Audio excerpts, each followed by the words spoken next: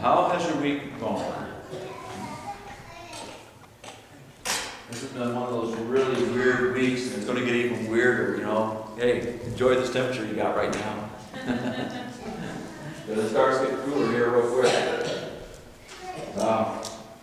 You know, that's one thing about Montana, it doesn't mess around like with fall and spring, you know. You get one day and that's it. You better enjoy it that day. I think, what I see, the high for tomorrow is supposed to be 25, and then for the rest of the week it's 19. It's fall in Montana. We're going to be looking at John chapter 9. And starting to get into some really cool stuff that's happening here. And some really interesting things as we look at it. We've already seen Jared. Got a stupid commercial stuck in my mind with diamonds, I guess. I don't know. Seen Jesus heal the paralytic on the Sabbath. You know, and as I was reading through this again this morning, I'm thinking, you know, he kind of did most of his stuff on the Sabbath. You know? Duh. That's sending out a message, isn't it? We're going to talk about that message this morning. But this morning we're going to look at eyes to see. Next week we're going to talk about ears to hear. Eyes to see. Jesus is going to heal a blind person. And it's powerful in what this blind person says, and we're going to track that through. The first part of this, we're going to look at the NIV and the message, and then we're going to just drop the NIV and go straight to the message and do the rest of it. And I think you'll see, I just like when people get excited, it's neat to see it in the message because it's exciting in the message. You know, we've read through the King James, and yeah, we get to the excited part, we just kind of barrel through. Now we've read the NIV for so long, we get to the excited part, we know, yeah, it's supposed to be exciting, and we don't do anything. So sometimes we need to look at it fresh and realize this is powerful. A person that had been blind from birth is able to see. You think they weren't excited? You bet they were excited. And we'll read that, okay, he was blind from birth, and he saw the Pharisees. And, what? Man alive. I get excited, my contacts are clean, you know? Wow. Eyes to see. So let's look at the first verse here. John chapter 9. And I started with verse 1, verse 2. It says, as he went along, he saw a man blind from birth. And his disciples asked him, Rabbi, who sinned, this man or his parents, that he was born blind? Listen, interesting. That they automatically go to somebody had to sin for this to happen. Because anything bad can't come from God. Now, let me correct that saying there.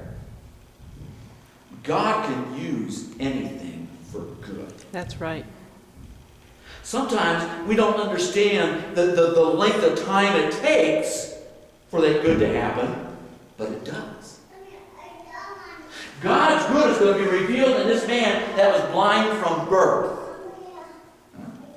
Now I say, well, does that mean God predestined him to be? No, he didn't predestine him to be blind. That's crazy. You remember, all that garbage came in because of the fall. It has nothing to do with whether the parents sinned or that person sinned. Because Adam and Eve sinned. And we have that inbred sin. It doesn't cause us blindness. Blindness happened because of the fall. But God can take that and make something fantastic out of it. And he does. As we listen to this guy. So here the disciples wanted to figure out, okay, well who sinned? Who made him blind? Because it just doesn't happen. There has to be a reason behind it. Don't we do that? Well, you must have been doing something bad. That's why you ran off the road.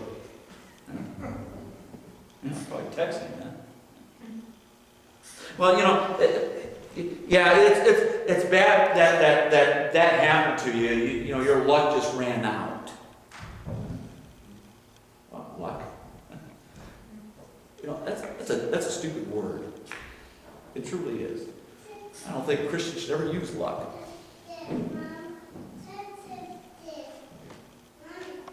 Next verse 3. Neither this man nor his parents sinned, said Jesus. You can picture the disciples are walking along. They see this blind guy. He's out there begging. That's how he got his income. And so they said, well, somebody had to sin. Well, who was it? We'll get this figured out. Jesus has been bugging me for years why this happens. And so they asked Jesus, well, who was the bad guy here? Nobody. But this happened so that the works of God might be displayed in him. I want you to pay attention to the first thing. The works of God. Which is exactly what it says in the Greek. It's not the work of God. It's the works. God is more powerful than that. So the works of God might be displayed in him. Oh, wow. So, well, Jim, you just said that it's not predestined. They're walking by, and it just so happened this is the person that's there, and Jesus says he's going to be God's example. And so he continues on. As long as it's day, we must do the works of him who sent me. Night is coming when no one can work. Jesus is saying, as long as we can see, as long as we have the ability, we should continue to work for God. Ooh. Boy, that becomes a touchy subject. Because there are people who say, well, I've worked long enough, I don't have to work anymore. And as long as it's a day, as long as you have the ability, as long as you have breath, as long as you can do something, we must do the works of him who sent me. Who sent him? God sent him. So we say, well, I'm too tired. I've done that for too many years. And you're telling God. So we forget that. We forget that. When was the last time you walked up to the throne room of God and said, hey, God, I've done that too long. I'm not going to do it anymore. Yeah, I don't think so either. Huh? I wouldn't do that to my boss. Well, I've done it, but I shouldn't. Yeah, my boss. But can you picture that? And that's what we're saying here. Jesus says we have to do it. It's a must. We don't have an option here. It's important that we do this. As long as it's day, as long as it's light. Because the night is coming when no one will be able to work. Wow. Wow. While I am in the world, I am the light of the world. You say, well, he's not here. Yes, he is. That's right. In the power of the Holy Spirit, he is always with us. So that light is here now. He didn't say, okay, when the Holy Spirit comes, you can ignore everything I said. What did he tell the disciples before he left? Wait until the Holy Spirit comes. You don't have to wait any longer. He's here. Okay. Then he goes on, and he says in verse 3, out of the Message, it says this. Get to it here. Jesus says, you're asking the wrong question. You're looking for someone to blame. Isn't that right? Who did this? Him or his parents? That's a blame thing. It's kind of a carryover from last week when they were, blaming each other and calling each other names, huh? You're looking for someone to blame. There's no such cause-effect here. Look instead for what God can do with what has happened. It blew me away. We did, and I know I told you that before. I've been blown away a lot of times. But we did that, the nursing home ministry in Idaho for years. And one of the gals that was there from day one until the time we left, she had a stroke and had lost the use of, I think it was her right arm. She had some other effects. But one day we walked in and she goes, I know now why God gave me the stroke. I thought, ooh, I don't want to go down this road. She goes, because 2 nights ago, where she lived in Minnesota, a tornado struck her house in the middle of the night. And she says, I would have been killed. Now, do I agree with it? God works in mysterious ways. She was a fantastic lady. She really was. Yes, she was. I loved talking to her. And she did not let that disability get her down. But she wondered why. Why? Why me? And she could find a reason behind it years later. Look instead for what God can do. Sometimes we make mountains out of molehills, but a lot of times God's working and we just don't even give him the credit for it. Maybe it didn't find. We need to be energetically at work for the one who sent me here. And did you catch it? It didn't say whenever you want to. It didn't say when you do the work, don't be like Jim sometimes and have an attitude. Be energetically at work for the one who sent me here. Working while the sun shines. When night falls, the workday is over, and there'll be no more work going on. For as long as I am in the world, there's plenty of light. I am the world's light. Awesome. It continues. After saying this, back to the idea. After saying this, he spit on the ground, made some mud with the saliva, and put it on the man's eyes. And we're thinking, oh my goodness. But Mom, how many times have you done this? I've had spit all over my face from my mother. And sometimes there wasn't anything there. And she's struggling like mad. So we think, oh, that's disgusting. Hello? We've done it and probably continue to do it. Huh? But there's a lot of things that are going on here. A lot of things. Number one, Jesus made mud on the Sabbath. Ooh, bad deal here. And there's a lot of things with saliva. Here's some of the thought processes here. Some of the Jewish rabbis believe that the saliva of the firstborn has healing properties. Isn't that interesting? Wow, Jesus is the firstborn, isn't he? Yes. But in the surrounding areas, the pagan culture, saliva was associated with magical powers. It's because like 409 it takes all that stuff off your face. And so because of that, they really got away from using saliva, which is probably a good thing, huh? But Jesus is using it here. And he continues on. And he says, told the man, he says, go, wash in the pool of Siloam. The word means sent. I like the way that John kind of interprets for us. He throws that in there. And so the man went and washed and came home seeing. Number one, here he is. He's sitting by the side of the road. He's begging for money. And Jesus walks up and smacks some mud on his eyes. And tells him, okay, now go wash. Well, if you hadn't put the mud on my face, I wouldn't have to go wash.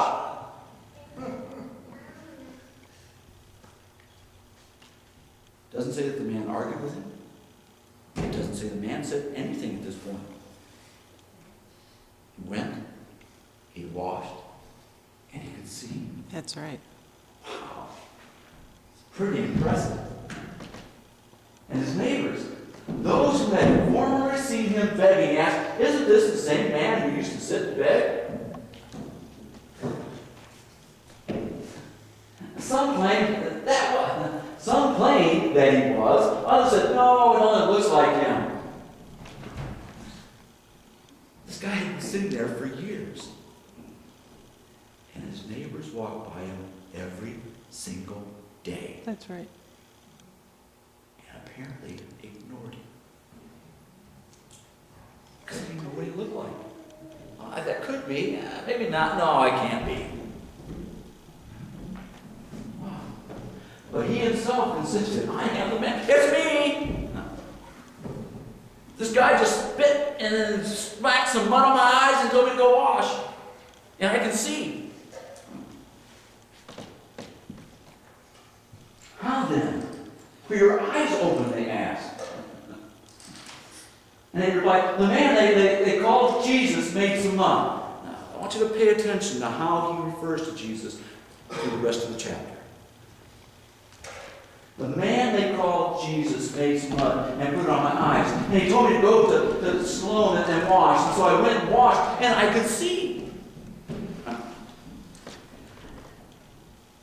Where is this man? They asked him. I don't know. I was blind when he did it. You know, I don't know.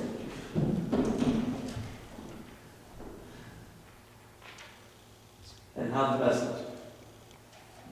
So here he is, he's talking to his friends, they're asking him questions. He doesn't really have any answers other than the fact that he had mud on his eyes, he went and washed, and now he's able to see. And if he had known that, he'd put mud in his eyes every day. You know. And so they marched, and his friends marched the man to the Pharisees. We're going to get to the bottom of this, right? This day, when Jesus made the paste and healed his blindness, was the Sabbath. You don't heal anybody on the Sabbath unless it's a dire emergency. You don't make mud. That's kind of like making dough. There's 2 strikes. And there's probably some ordinance about spitting on somebody, you know. So here he's healed this blind man. It was the Sabbath. And the Pharisees grilled him again on how he had come to see. He said, he put a clay paste on my eyes, and I washed, and now I see. And some of the Pharisees said, obviously, this man can't be from God. He doesn't keep the Sabbath. Oh man, if he's from God, he would have let you sit there. Wow. The Pharisees just don't get it, do they? He doesn't keep the Sabbath. Others countered, well, how can he be a bad man and do a miraculous God revealing things like this? So there was a split in their ranks.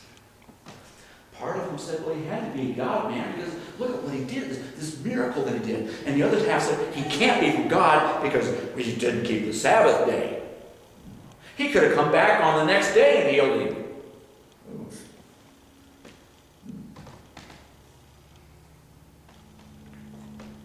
Verse 17. And they came back at the blind man. You're the expert. He opened your eyes. What do you say about him? And he is the expert, isn't he? And so he says, he is a prophet. A man named Jesus. A man named Jesus. Just somebody that came by, spit in the mud, slapped it on my eyes, and told me to go wash. A prophet came by, made some mud, put it on my eyes, and told me to go wash.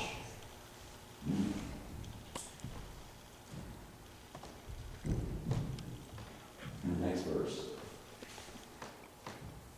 The Jews didn't believe it. Didn't believe the man was blind to begin with. He had sat here for years and years and years.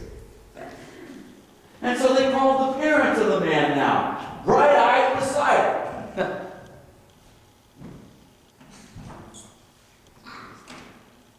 One of my boys was blind from the very get-go, and now he's in his 20s or 30s, and all of a sudden he can see. Nobody believes it. None of his neighbors, none of his relatives, nobody believes. So they called Jim and Joni to come in and testify.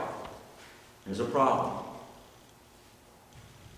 If Jim and Joni testify and say, yep, the man did this and healed him, we're going to be kicked out of the temple.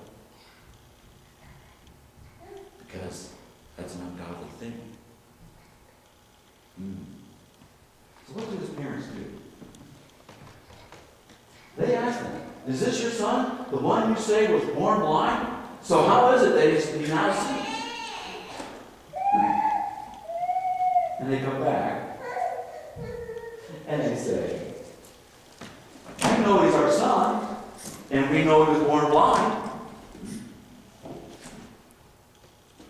But we don't know how he came to see. having a clue about who opened his eyes. Why don't you ask him? He's a grown man. Put it back on him. We don't want anything to do with this because we know it's going to end bad for us no matter what happens. He's a grown man and he can speak for himself. And so his parents were talking like this because they were intimidated by the Jewish leaders who had already decided that anyone who took a stand that this was the Messiah would be kicked out of the meeting place. Wow. A no-win situation for his parents. And that's why his parents said, ask him, he's a grown man. And it was a smart move on their part, wasn't it? And they called the man back a second time. You fix this poor guy, he's excited, he's happy. Wow. He's running around looking at stuff he'd never seen before, and they keep hauling him back to the temple to question him. You know? He didn't do anything. And so they called him back a second time, the man who was in line, and told him, give credit to God. We know this man is an imposter. And he replied, I know nothing about that one way or the other. But I know one thing for sure. I was blind. I now see. That's right. Wow. Do you love when you get a text in the middle of something? And they said, what did he do to you? How did he open your eyes? I'd love to have been there when they told him this, you know. And he said, I told you over and over, you haven't listened. Why do you want to hear it again? Are you so eager to become his disciples? Ooh. Cop an attitude, why don't you, huh? You can't blame the poor guy. Like I said, he's seen stuff he's never seen before. Can you picture how excited he would be? And they keep hauling him back to the temple and asking these stupid questions over and over, the same thing over and over again. I didn't know who he was. He did this and I could see. He must be a prophet. He did this and I can see. Well, how did it happen? How many times do I have to tell you? There's only a couple steps here. Spit, mud, wash. You know? Why are you so eager? Do you want to become his disciples? And you can imagine how they felt right then.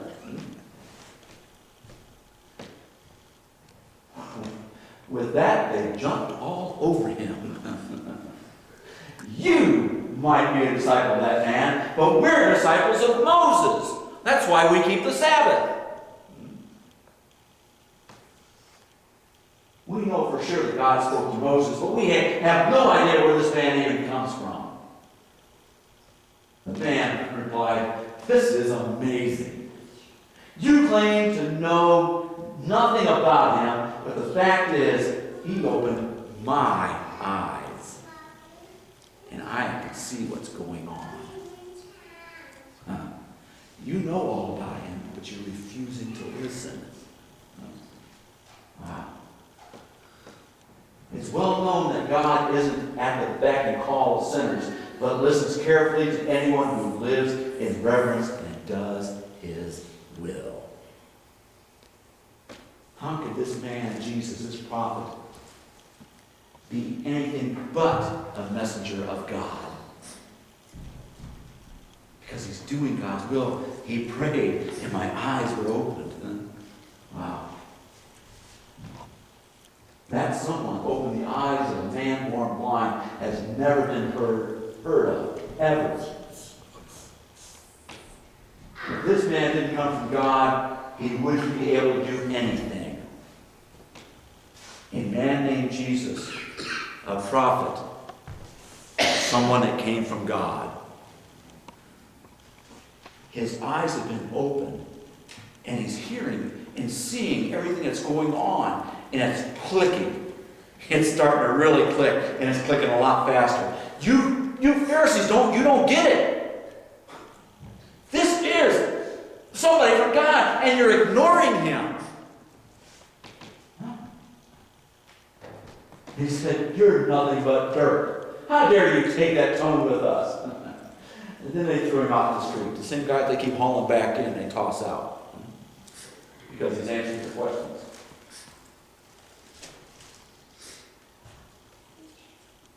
Jesus heard that they had thrown him out and went and found him. And he asked him, "Do you believe in the Son of Man?" This poor guy had been drugged in and out, yelled at, called every name in the book. His parents have been thrown on trial. It's just been a bad day. It started out great. And so Jesus goes and finds him. "Do you believe in the Son of Man?" And the man said, "Point him out to me, sir, so that I can believe in him." And Jesus says, You're looking right at him. Don't you recognize my voice?" "Master, I believe," the man said, and worshipped him. Remember, he hadn't seen Jesus before. All he had done is heard his voice when he said, "Go and wash."